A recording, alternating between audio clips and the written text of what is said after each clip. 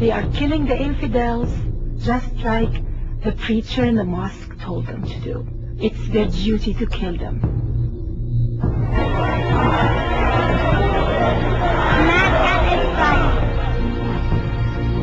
I watched anti-Semitism since I was a young kid, and now the world is reaping. These eggs are hatching, and what's coming out is literally something that comes out of Nazi Germany.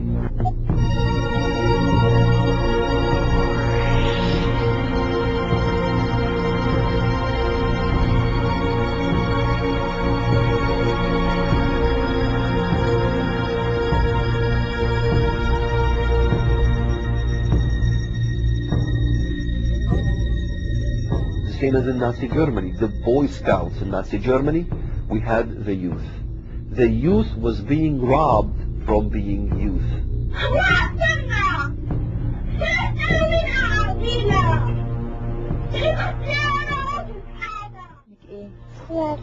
بسمة عندك كم سنة؟ 3 انت مسلمة؟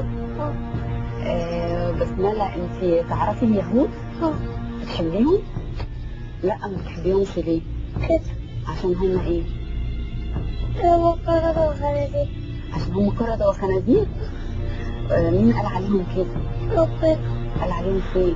القرآن. قال عليهم في القرآن كده.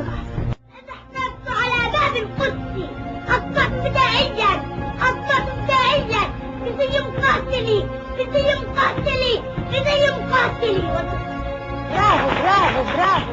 The radical Muslims, without any doubt, learned from the Nazis on how to indoctrinate the young. You know, kids 8, 6 years old, 9 years old, 10 years old, teenagers watching cartoons. And what do they see? They see a depiction of Sharon in this thing called Dara-Cola. You got Coca-Cola, you got Dara-Cola. But Dara-Cola is Arab blood.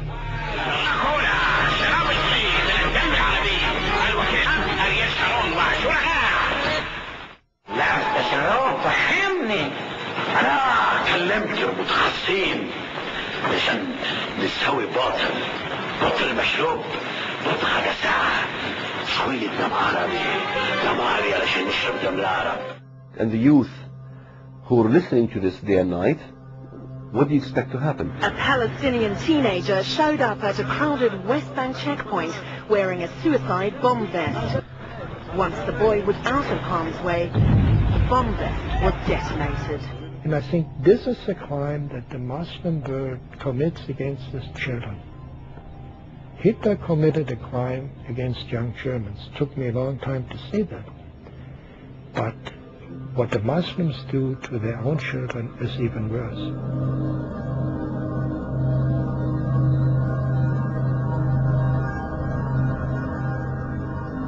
They tell Arab children that Jews bake cookies with their blood. التي تصنع الفطير من دم الأطفال الأبرياء. The ironic thing about this whole thing is that if you look at reality, you can see what we accused the Jews of doing. We carried it out literally. But the world refuses to see. يا عدونا هذا كيان غاصب غير قانوني غير شرعي ولا مستقبل له في أرضنا ومصيره يعبر عنه دمنا والشعار الموت لإسرائيل.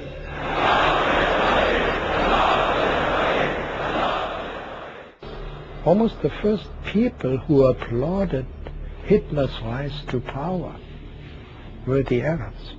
The Nazis and the Islamists share a common conspiracy theory. The Jews control America, for example.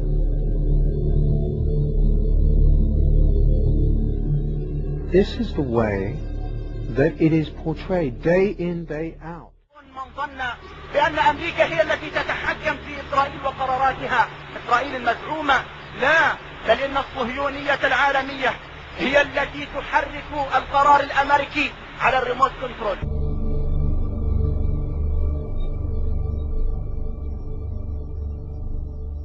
Here is a critical point that is generally overlooked.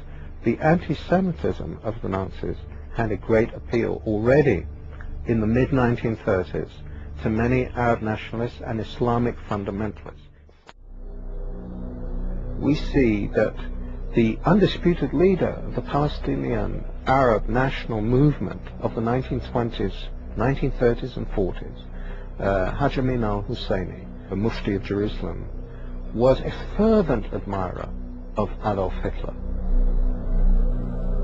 The Mufti was one of the founders of the radical Islamic movement, and Hitler saw at once that this man not only could serve his purpose, but wanted to serve his purpose.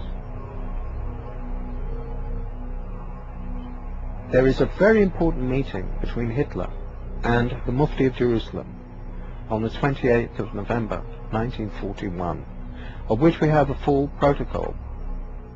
And what Hitler explains is that this is first and foremost a war of extermination against Jewry, and he tells him to lock this secret in his heart.